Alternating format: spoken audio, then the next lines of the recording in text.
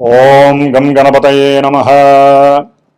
శ్రీరామ రామ రామేతి రమే రామే మనోరమే సహస్రనామ తత్తుల్యం రామనామ వరాననే. ఓం మనోజవం మారుతితుల్య వేగం జితేంద్రియం బుద్ధిమతాం వరిష్టం వాతాత్మజం వానరాయూధముఖ్యం శ్రీరామదూతం శిరసా నమామి. జై శ్రీరామ్, జై హనుమాన్.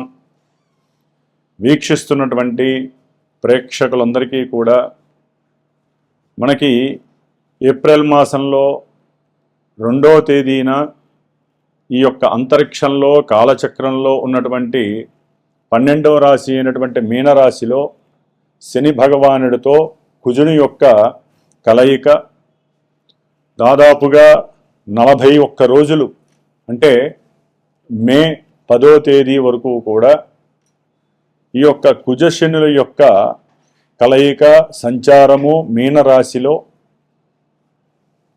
ఆ యొక్క సంచార ప్రభావము అతి క్లిష్టమైనటువంటి పరిస్థితులని, కష్టాలని, నష్టాలని, ఈ యొక్క ప్రపంచాన్ని ఏ విధంగా శాసించాలో ఆ విధంగా ప్రతికూలమైనటువంటి పరిస్థితులతో శాసించే అవకాశం కలుగుతూనే ఉంది, ఇంకా కలగబోతోంది. దాదాపుగా ఈ కుజుడు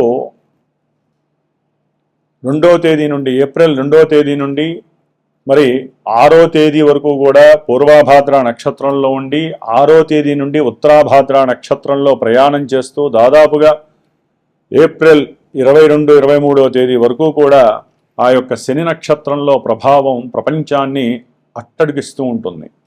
ఆ తదుపరి కుజుడు బుధరాశిలో వ్యాపార గ్రహమైనటువంటి రేవతి నక్షత్రానికి అధిపతి అయినటువంటి బుధరాశిలో సంచారము ఆర్థిక లావాదేవీల మీద, అట్లాగే వర్తక వ్యాపారాదుల మీద, ట్రాన్స్పోర్టేషన్ మీద, ముఖ్యంగా ఏదైతే వార్తా వాహకాలుగా ఉన్నటువంటి ఫోటోగ్రఫీ కావచ్చు, సినిమా పరిశ్రమ కావచ్చు, రైళ్ళు, వాహనాలకి సంబంధించినటువంటి ప్రమాదాలకి సంబంధించి ఇట్లా ఎన్నో రకాలైనటువంటి ఎన్నో సిచ్యువేషన్స్ ఇంకా ముందు ముందు మనకి గోచరిస్తూ ఉంటాయి, దాదాపుగా మే 10వ తేదీ వరకు కూడా.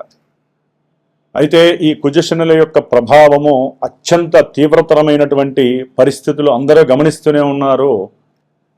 మేషరాశి నుంచి కూడా ఏలినాటి శని ప్రభావాన్ని అనుభవించేటటువంటి రాశుల్లో కుంభరాశి, మీనరాశి, మేషరాశి, అలాగే సింహరాశి అష్టమ శనిగ్రహ దోషాన్ని, ధనుస్సు రాశి అర్ధాష్టమ శని దోషాన్ని, కన్యారాశి వారు వేధాస్థానంలో అంటే సప్తమ స్థానము, వివాహ స్థానము, వ్యాపార స్థానము అయినటువంటి రాశిలో 7వ రాశిలో ఈ కుజశనుల ప్రభావము చాలా చాలా తీవ్రతని ఒక్కొక్క రాశికి ఒక్కొక్క రకమైనటువంటి పరిస్థితులను కలుగజేస్తుంది.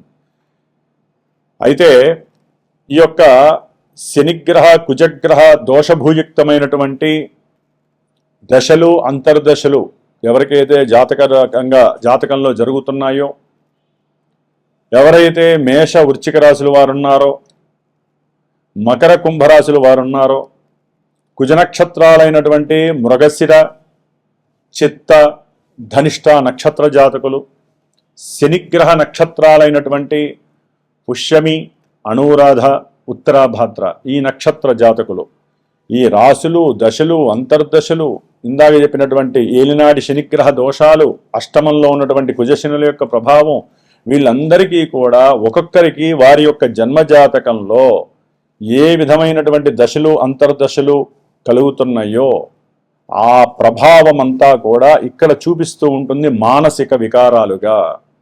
ఎందుకంటే గోచారం అనేటటువంటిది మనసుకు సంబంధించినటువంటి దోషాలని, మనసుకు సంబంధించినటువంటి ఆహ్లాదకరమైనటువంటి విశేషాలని, ఈవెంట్స్ని సూచిస్తుంది.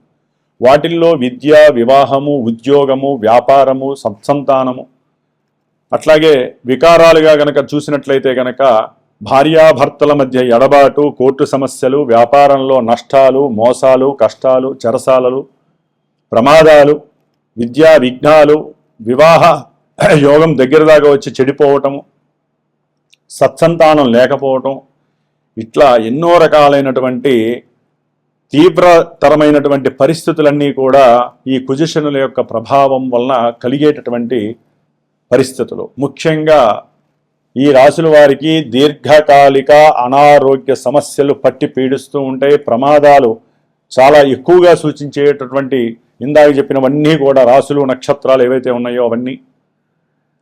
ముఖ్యంగా వివాహానికి ఆటంకాన్ని కలిగించేటటువంటి గ్రహాలలో ఈ కుజుడు, శని, జాతకాలలో కుజదోషాలున్న, శని వలన కలిగేటటువంటి ఆలస్యము, ఇవన్నీ కూడా వివాహ ఆటంకాలని, వివాహంలో ఎడబాట్లని, ప్రభావాల్ని సూచిస్తున్నాయి.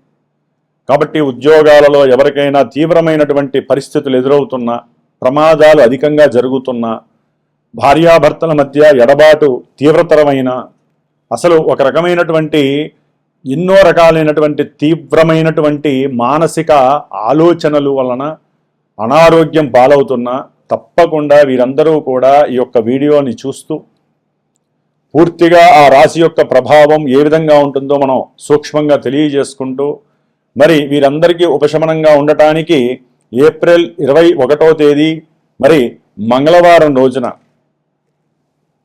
మృగశిర నక్షత్రము పంచమి ఆదిశంకరాచార్య జయంతి రోజున నేను నా యొక్క శ్రీమాతా జ్యోతిషాలయ పీఠంలో విశేషముగా హనుమాన్ చాలీసా పారాయణ, అట్లాగే హనుమంతుడికి ప్రీతికరమైనటువంటి మన్యసూక్త పారాయణము, కుజశనులకి సంబంధించినటువంటి దోషాన్ని హరించడానికి వారిద్దరికీ కూడా జపాన్ని ఆచరిస్తూ 21 రోజులు మే 11వ తేదీ వరకు కూడా ఈ 21 రోజులు చక్కగా ఈ యొక్క జపతపాలను చేస్తూ మంజుసూక్తంతో స్వామివారిని ఆరాధిస్తూ మే 12వ తేదీ మంగళవారము వైశాఖ మాసంలో వచ్చేటటువంటి బహుళ దశమి పూర్వాభాద్ర నక్షత్రము రోజున, అంటే శతభిష ఉంటుంది, తర్వాత పూర్వాభాద్ర వస్తుంది.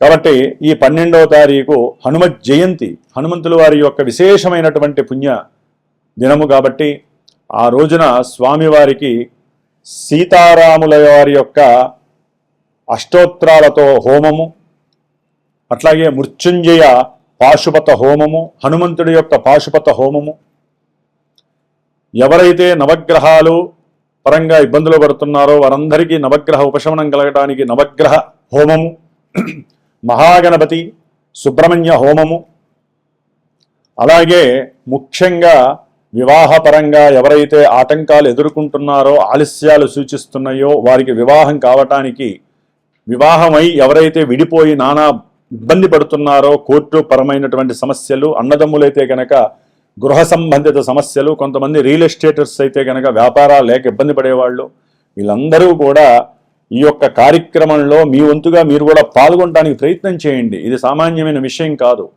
ఇది ప్రత్యేకించి నేను శ్రద్ధతో నేను చేస్తూ ఈ 12వ తారీఖున హనుమత్ జయంతి హోమాన్ని హైదరాబాద్లో విశేషముగా నేను ఎవరైతే నన్ను సంప్రదిస్తారో వారికి తెలియజేస్తాను. కాబట్టి అందరూ కూడా హోమానికి రావచ్చు. ఆ హోమ భస్మము ఎవరైతే నాకు గోత్రనామాలు ఇచ్చి వారి యొక్క సమస్యను తెలియజేస్తారో, అట్లాగే జాతకరీత్యా వారికి ఉన్నటువంటి దశలు అంతర్దశలు తెలియజేస్తూ వారి నక్షత్రము రాసి నాకు ఇస్తారో వారందరిది కూడా 21 రోజులు తృప్తిగా ఈ గ్రహ జపాలు, అట్లాగే దానికి సంబంధించినటువంటి హనుమంతుడి పారాయణ చేస్తూ ఆ రోజున విశేషమైనటువంటి హనుమంతుడి యొక్క సహస్రనామాలతో హోమాన్ని ఆచరించేటటువంటి సంకల్పం పూనుకున్నాను. కాబట్టి మరి మేషరాశి పర్యంతం మీనరాశి వారికి ఏ రాశుల వారికి కుజశనుల యొక్క ప్రభావం తీవ్రతరంగా ఉంటుంది, ఎవరికి లాభాన్ని కలుగజేస్తుందో తెలుసుకుందాం. మేషరాశి వారికి ఈ యొక్క ఏప్రిల్ 21వ తేదీ నుండి మే 10వ తేదీ వరకు కూడా గ్రహ గోచార స్థితిని గనక గమనించినట్లయితే ముఖ్యంగా మేషరాశి వారికి 12వ స్థానంలో ఉన్నటువంటి శని భగవానుడు ఏలినాటి శనిగాను, అట్లాగే మేషరాశికి అధిపతి అయినటువంటి కుజమహానుభావుడు 12వ స్థానంలో శనితో కలిసి ప్రయాణం ఆచరించటం, ఇది ఒక రకంగా వీరికి మానసికమైనటువంటి విచారాలలో ఎక్కువగా దేహ అనారోగ్య బాధల్ని సూచిస్తుంది, శత్రువుల్ని అధికం చేస్తుంది.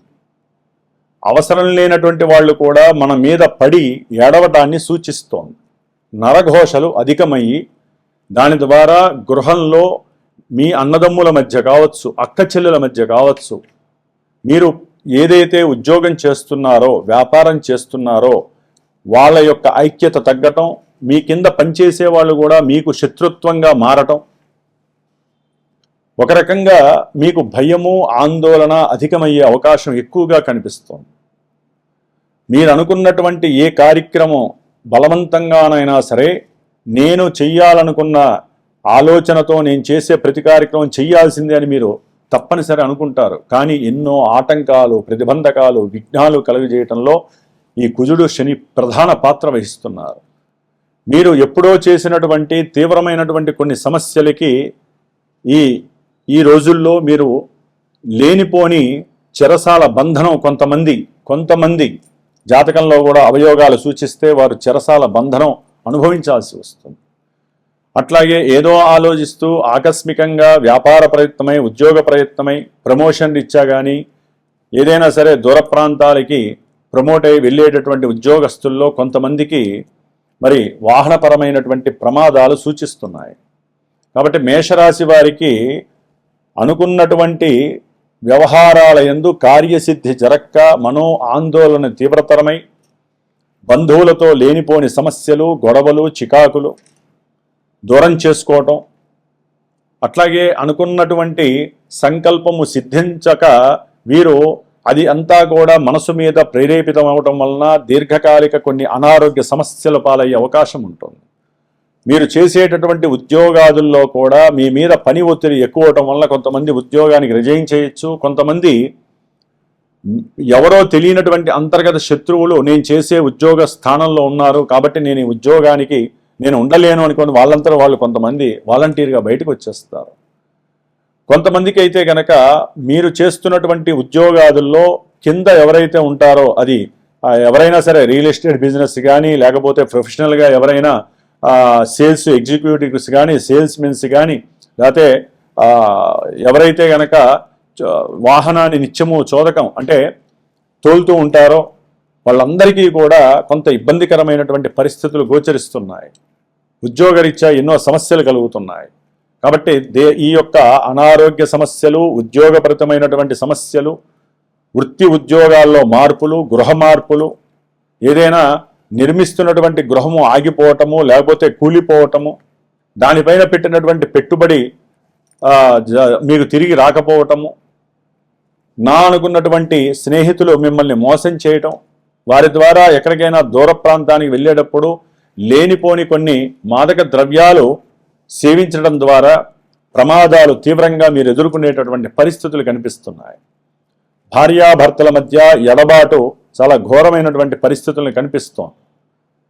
కాబట్టి ఈ కుజశనుల యొక్క ప్రభావము ఒక రకంగా దూర ప్రాంతంలో ఉన్నటువంటి విదేశాల్లో ఉన్నటువంటి వారికి కూడా ఉద్యోగపరమైనటువంటి సమస్యలు మేషరాశి వారికి చాలా ఉన్నాయి.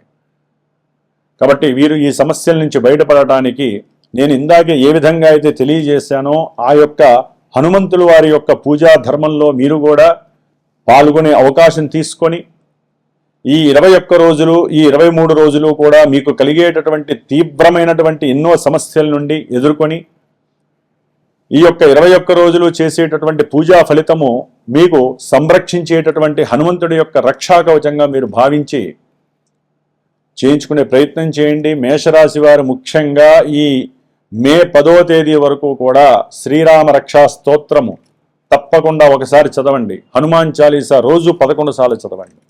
ప్రతి మంగళవారము, శనివారము ఉపవాస దీక్షలు చేయండి. ఏది పడితే అది తినకండి, ఏది పడితే అది మాట్లాడకండి, కోపం వస్తే తట్టుకోండి. అలాగే శ్రీరామ అని తమలపాకుల మీద మినిమం ఒక 21 ఆకుల మీద అయినా సరే రాసి స్వామివారి మెళ్ళలో వేపించండి మంగళవారం, శనివారం. దానివలన కుజశనుల యొక్క ప్రభావం తీవ్రతరం తగ్గుతుంది. ప్రతినిత్యము కూడా స్వామివారికి శ్రీరామ రామ రామేతి మంత్రాన్ని 108 సార్లు జపించండి. అట్లాగే మనోజపం మారుతి తుల్య వేగం వీలుంటే 108 సార్లు లేదా 21 సార్లన్నా జపించండి. ఈ యొక్క మంత్రనామమే మిమ్మల్ని సర్వదా హనుమాన్ రక్షా కవచంలా కాపాడుతుంది.